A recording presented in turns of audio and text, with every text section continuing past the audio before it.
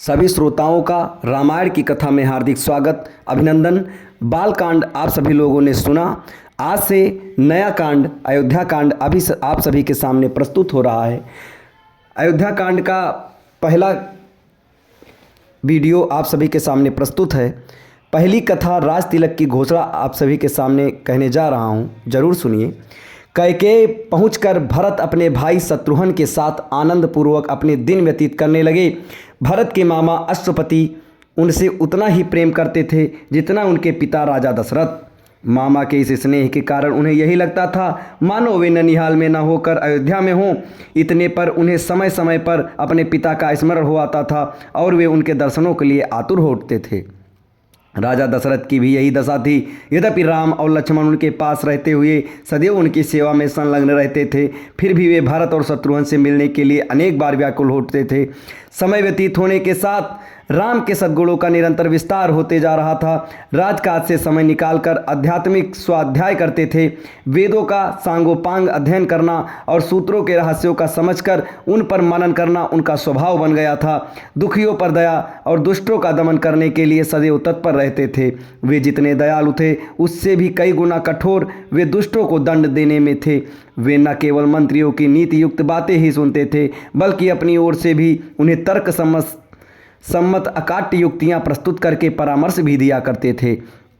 अनेक युद्धों में उन्होंने सेनापति का दायित्व संभालकर दुर्धर्षु शत्रुओं को अपने पराक्रम से परास्त किया था। जिस स्थान में भी वे भ्रमण और देशाटन के लिए गए, वहाँ के प्रचलित रीति रिवाजों, सांस्कृतिक धारणाओं का अध्ययन किया, उन्हें समझा और उनको यथोचित सम्मान दिया। उनके क्रियाकलाप में ऐसे थे कि लोगों को विश्वास हो गया कि रामचंद्र क्षमा में पृथ्वी के समान, बुद्धि विवेक में बृहस्पति के समान और शक्ति में साक्षात देवताओं के अधिपति इंद्र के समान हैं।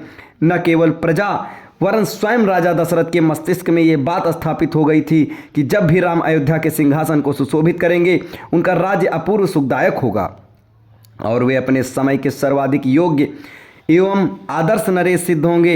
राजा दशरथ अब अतिशीघ्र राम का राज्याभिषेक कर देना चाहते थे। उन्होंने मंत्रियों को बुलाकर कहा, हे मंत्रीगण, अब मैं वृद्ध हो चला हूँ और रामचंद्र राज सिंहासन पर बैठने के योग्य हो गए हैं। मेरी प्रबल इच्छा है कि अतिशीघ्र राम का अभिषेक कर दूँ। अपने इस विचार पर आप लोगों की सम्मति लेने के लिए ही मैंने आप लोगों को यहाँ बुलाया है।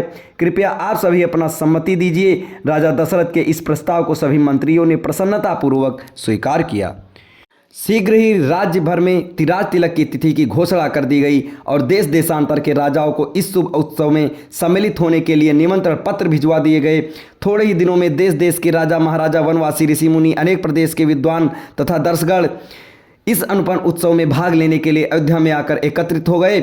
आए हुए सभी अतिथियों का यथोचित स्वागत सत्कार हुआ तथा समस्त सुविधाओं के साथ उनके ठहरने की व्यवस्था कर दी गई। निमंत्रण भेजने का कार्य की उतावली में मंत्रीगण मिथिलापुरी और महाराज कैकेयी के पास निमंत्रण भेजना ही भूल गए। राज तिलक के केवल 2 दिवस पूर्व ही मंत्रियों को इसका ध्यान आया। वे अत्यंत चिंतित हो गए और डरते डरते अपनी भूल के विषय में महाराज दशरथ को बताया।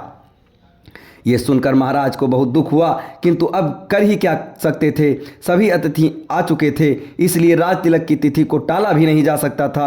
अतएव वे बोले, अब जो हुआ सो हुआ, परंतु बात बड़ी अनुचित है। अस्तु वे लोग घर के ही आदमी हैं, उन्हें बाद में सारी स्थिति समझाकर मना लिया जाएगा। इसके आगे की कथा आपको अगले वीडियो में बताई जाएगी। तब तक हमारे साथ बने रहें। धन्यवाद।